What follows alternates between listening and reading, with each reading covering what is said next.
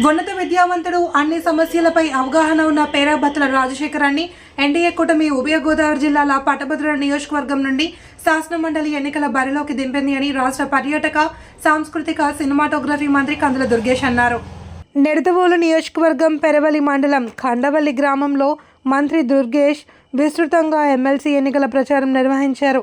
Vote హక్కు ఉన్న ప్రతి ఒక్క పట్టభద్రులు ప్రభుత్వ పాఠశాల ఉపాధ్యాయులతో సమావేశం నిర్వహించి తమ తొలి ప్రాధాన్యత ఓటును ఉభయ గోదావరి జిల్లాల పట్టభద్రుల ఎమ్మెల్సీ కూటమి పేరాబత్తుల రాజశేఖరానికి వేసి గెలిపించాలి అని కోరారు.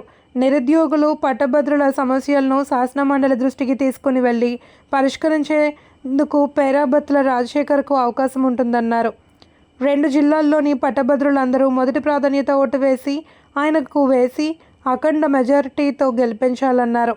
కూటమి ప్రభుత్వం పట్టభద్రుల, నిరుద్యోగుల సంఘం సంక్షేమ పట్ల చిత్తశుద్ధితో పనిచేస్తుందన్నారు.